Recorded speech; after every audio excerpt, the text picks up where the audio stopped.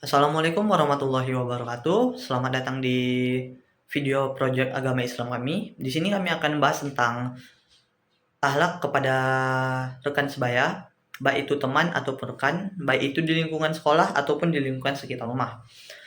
Adapun beberapa hal yang dapat kita lakukan kepada rekan sebaya kita, ada juga beberapa hal yang tidak bisa kita lakukan kepada rekan sebaya kita. Yang pertama yakni selalulah bersikap ramah kepada teman sebaya kita, di mana sesuai sabda Rasulullah Shallallahu Alaihi Wasallam, hak tiap muslim atas muslim lainnya yakni ada 5. Yang pertama yaitu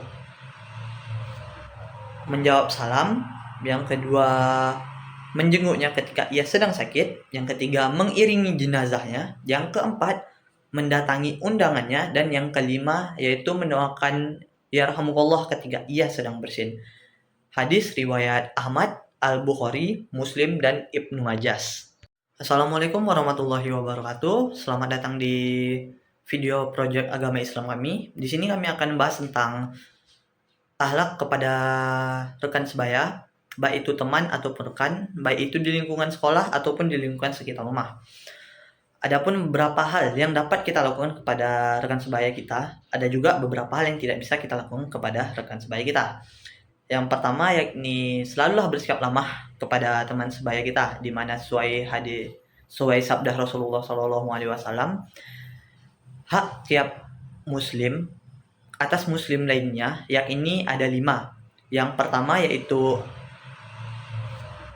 menjawab salam, yang kedua menjenguknya ketika ia sedang sakit, yang ketiga mengiringi jenazahnya, yang keempat mendatangi undangannya, dan yang kelima yaitu mendoakan yarhamukallah ketika ia sedang bersin. Hadis riwayat Ahmad, Al-Bukhari, Muslim, dan Ibnu Majah. Assalamualaikum warahmatullahi wabarakatuh. Perkenalkan, nama saya Rehan Fadila, NPM saya 253510685. Saya berasal dari kelas 1C. Aduh guys, sorry HP jatuh guys. Aduh. Oh aman. Oke. Oke guys, di sini saya akan menjelaskan tidak boleh berkata kasar dan tidak boleh berkata kotor. Karena kita berkata kasar dan berkata kotor itu bisa menyakiti seorang teman dan memakai tutur bahasa yang sopan dan santun. Contoh besar itu yang tidak boleh memanggil teman dengan nama hewan. Itu tidak boleh guys. Minjam HP. Bentar ya guys. Oke guys, di sini saya ada hadisnya. Bentar ya. Nih bang, pegangkan bentar bang. Tolong bang. Boleh banget bang. Oke guys, hadisnya di HP. Nih saya akan membacakan. Seorang mukmin bukanlah orang yang suka mencela, tidak suka melaknat, tidak berbuat keji dan tidak berkata kotor. Hadis riwayat Ahmad dan At-Tirmizi. Oke, terima kasih guys. Bang, makasih bang. Oke guys, jadi kayak gitu guys. Memiliki teman karib yang baik karena teman karib atau sahabat dekat akan banyak mempengaruhi agama dan akhlak seseorang. Sebagai sabda Rasulullah Shallallahu Alaihi Wasallam, seseorang berdasarkan agama teman dekatnya, maka hendaklah salah satu di antara kalian meneliti dengan siapa dia bergaul. Assalamualaikum warahmatullahi wabarakatuh. Perkenalkan, nama saya Novel Majuki Isyam dengan NPM 2535. Saya akan menjelaskan materi tentang akhlak kepada yang sebaya. Memaafkan kesalahan teman-teman dan balasan suatu kejahatan adalah kejahatan yang serupa. Maka barang siapa memaafkan dan berbuat baik, maka pahalanya atas tanggungan Allah. Sesungguhnya dia tidak menyukai orang-orang zalim. Quran Surah Asy Surah ayat 40. Baik, sekian dari saya. Terima kasih. Wassalamualaikum warahmatullahi wabarakatuh. Assalamualaikum warahmatullahi wabarakatuh. Perkenalkan, nama saya Rizky Saputra dengan NPM 25351018. Di sini saya akan menjelaskan materi tentang memilih teman karib. Yang dimana memilih teman karib yang baik karena teman karib atau sahabat dekat akan banyak memengaruhi agama dan akhlak seseorang. Sebagaimana sabda Rasulullah SAW, yaitu seseorang berdasarkan agama teman dekatnya, maka hendaklah salah seorang di antara kalian meneliti dengan siapa dia bergaul. Hadis riwayat Ahmad. Baik, terima kasih. Assalamualaikum warahmatullahi wabarakatuh.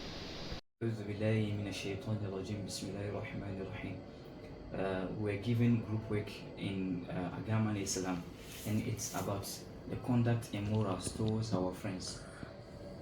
And one of the advice I can give is stated in the Holy Quran in Surah Al-Hujurat, chapter number 49, verse number 11, where Allah says, بعد أعوذ بالله السميع العليم من الشيطان الرجيم يا أيها الذين آمنوا لا يسخر قوم من قوم عسى أن يكونوا خيرا منهم ولا نساء من نساء عسى أن يكن خيرا منهن ولا تلمزوا أنفسكم ولا تنابزوا بالألقاب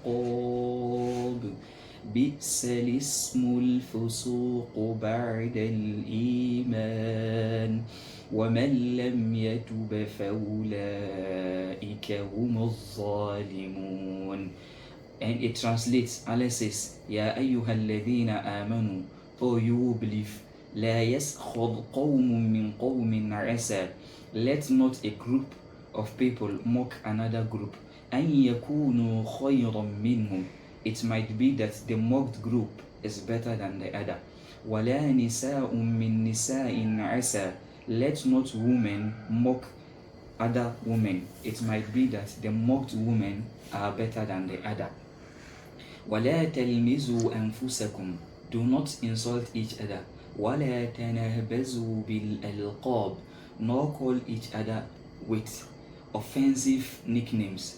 بئس الاسم الفسوق بعد الإيمان, how evil is a name of wickedness after having faith.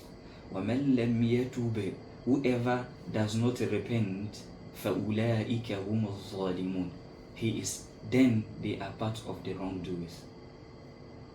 Assalamualaikum warahmatullahi wabarakatuh. Perkenalkan, nama saya Rahmat Ilham Syekh Adha, biasa dipanggil Ilham. Saya berasal dari kelas 1B. Saya akan menjelaskan singkat tentang saling tolong-menolong dalam kebaikan sebagaimana firman Allah Ta'ala.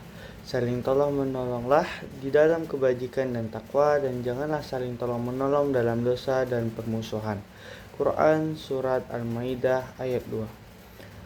Ayat yang barusan saya sebutkan adalah pedoman fundamental dalam Islam mengenai interaksi sosial.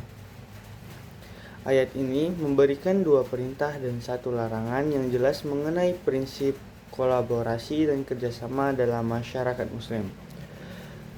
Pertama, perintah tolong-menolong dalam kebajikan albir merujuk pada segala bentuk kebaikan, kemanfaatan, dan amal soleh yang mencakup hak Allah, ibadah, dan hak sesama manusia. Muamalah ini berupa bantuan materi, ilmu, waktu, atau dukungan moral. Tolong menolong dalam takwa, at-taqwa, merujuk pada ketaatan kepada Allah dengan menjalankan segala perintahnya dan menjauhi segala larangannya. Tolong menolong dalam takwa berarti saling mengingatkan, menasihati, dan mendukung untuk tetap berada di jalan yang diridhoi Allah. 2. Larangan. Jangan tolong-menolong dalam dosa dan permusuhan, al-udwan. Dosa adalah segala perbuatan maksiat dan melanggar hukum Allah. Permusuhan adalah tindakan zalim, agresi, atau melewati batas dalam berinteraksi dengan orang lain. Larangan ini menegaskan bahwa tidak boleh ada dukungan atau partisipasi baik langsung maupun tidak langsung dalam kejahatan, penindasan, ataupun perselisihan. Intinya, umat muslim diwajibkan membentuk masyarakat yang saling mendukung dalam segala hal yang mendekatkan diri kepada Allah dan bermanfaat bagi manusia, sambil menjauhi serta mencegah segala bentuk keburukan, kezaliman, dan pelanggaran agama. Kesimpulannya, ayat ini adalah fondasi etika sosial dalam Islam, memerintahkan umatnya untuk menjadi komunitas yang proaktif dalam kebaikan dan takwa, serta pasif dan mencegah terhadap kejahatan dan permusuhan. Sekian dari saya. Assalamualaikum warahmatullahi wabarakatuh.